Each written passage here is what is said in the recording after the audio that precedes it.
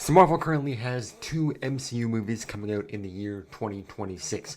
Not only do we have Avengers Doomsday coming out December 18th, but we also have Spider-Man Brand New Day coming out July 31st. Now, the question that has been on my mind for quite a while now is what movie will make more money. Now, you might easily be thinking to yourself, well, obviously it's going to be Avengers Doomsday. I mean, not only do you have Robert Downey Jr. coming back as Doctor Doom, but you also have Chris Evans coming back as Steve Rogers, aka Captain America. You also have the 2000s X-Men coming back, like James Marsden, Sir Patrick Stewart, Ian McKellen, even Channing Tatum's coming back. You think that would be an easy layup for Avengers Doomsday. And while I do think that Avengers Doomsday will make a lot of money, probably has potential to be one of the highest grossing movies of 2026, I'm thinking that Spider-Man Brand New Day could potentially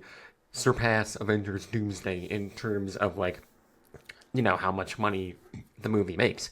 And the reason because of that is just Spider-Man No Way Home came out all the way back in 2021, and that movie, for coming out in 2021, which was in the middle of a pandemic pretty much. I mean, the movie was filmed literally during a pandemic, which is why it kind of looked a little off sometimes. The movie itself is still pretty good, in my opinion, but it was just the visuals that I think held the movie back a bit. But I'm not really going to blame that movie too much because, like I said, it was filmed during a pandemic and they were kind of constricted on, visuals and stuff like that. So that's why some scenes didn't really look all that well. But still, for a movie that came out in 2021, it grossed almost $2 billion. I think it hit 1.9 billion, somewhere around there.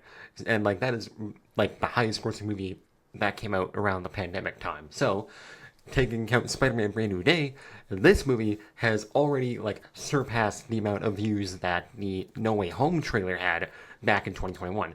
We know, you know how we got the Brand New Day trailer just a week or so ago? Yeah, well, it has already surpassed 1 billion combined views. Now, Avengers Doomsday has also surpassed 1 billion views, but I think that was with all four of the teasers combined together in total views across all platforms and everything, that in total combined to around 1 billion views. But just the one Spider-Man Brand New Day trailer in a week, I think it took Doomsday I think it took the Doomsday trailers around 3 or so weeks to get to 1 billion views in total. But the Brand New Day trailer came out literally only a week or 9 or so days ago, and it surpassed 1 billion total views in the first 24 hours, I'm pretty sure, because there was a news article that came out that said Spider-Man Brand New Day has surpassed 1 billion views in 24 hours or something like that, and it is the highest viewed trailer of all time. So, while you might be thinking to yourself that Avengers Doomsday will most likely make more money than Spider-Man Brand New Day, it doesn't really seem like that could be the case, which is why I'm making this video to talk about why I think that Spider-Man Brand New Day has the potential to make more money than Avengers Doomsday. Now, it could also be the case where maybe Spider-Man Brand New Day doesn't make as much money as Avengers Doomsday, because like I said, this is an Avengers movie. This is the first Avengers movie that we're having since Avengers Endgame all the way back in 2019, which was 7 years ago.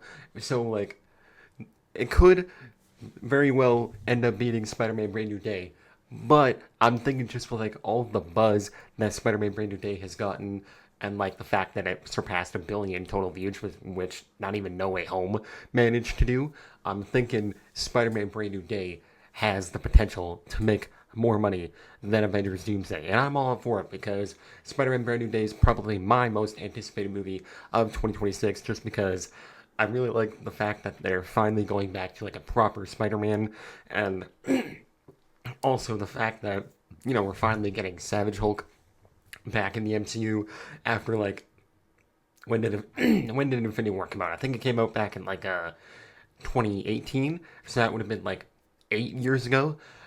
Jesus Christ, that makes me feel old. But yeah, anyways, last time we saw Savage Hulk in the MCU was in Avengers Infinity War, so it was it was 8 years ago, so we're finally getting Savage Hulk back after 8 years, and so that's just going to be cool to see. And the fact that he's finally getting organic webbing, not going to have the web shooters anymore, that I'm kind of 50-50 on.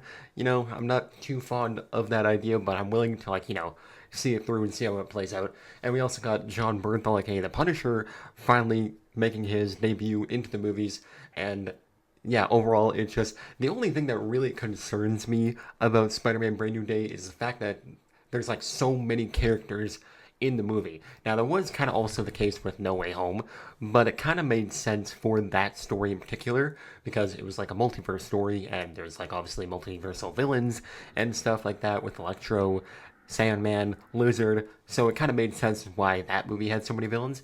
This movie, I think, has around the same amount, if not more, villains than No Way Home. So that is like really the only concerning thing about this movie because I mean, obviously we have Sadie Sink, who I'm pretty sure is playing Jean Grey, and then we also could have the Hulk as a villain as well, or he could just be, in the movie. But we have Scorpion as well. We also have Tombstone, who I think is like the main bad guy. He's like the main like criminal guy, or like the main like mob boss pretty much running like everything that's going on. So yeah, Tombstone's in the movie, and then we also have Boomerang, Tarantula. Like we're already at like 6 villains if we're including the Hulk in there. So like that's already more villains than No Way Home. And I'm pretty sure we also have like Jackal in there as well. That's been like confirmed or something like that. So yeah, that's like 7 villains.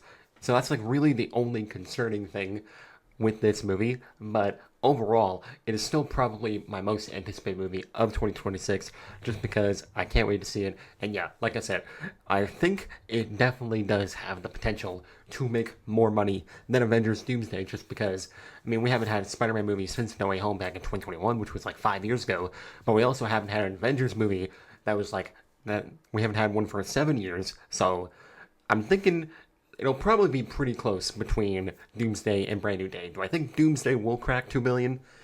Maybe. It depends on how good the movie itself is. But yeah, overall, I'm thinking Spider-Man might take the cake, or if not, it'll be a pretty close battle between the two of them.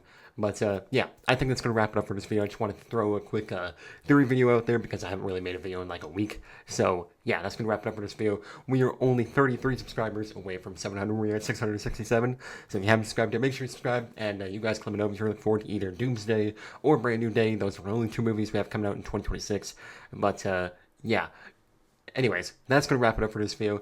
And I'll probably get back on track on making videos. I don't know when the next video will be. I will definitely be making a review for the Mario Galaxy movie. That comes out on Wednesday, so you can definitely expect a review for that around like the 1st or 2nd of April. And then there is a mystery movie that's going to be playing at my local theater that I'm kind of interested in going to see because it's going to be a horror movie. And I'm thinking it might be for the Exit 8 because the runtime matches up with like, the Exit 8 in total, or like the Exit 8's movie's runtime. It matches up with what the runtime of the mystery movie is. So I'm kind of interested in going to see what that mystery horror movie is, and if it ends up being the Exit 8, then I'll most likely make a review for it because I've really been anticipating the Exit 8. So yeah. But anyways, I think that's going to wrap it up for this video. I'll catch you guys in the next one. Peace out.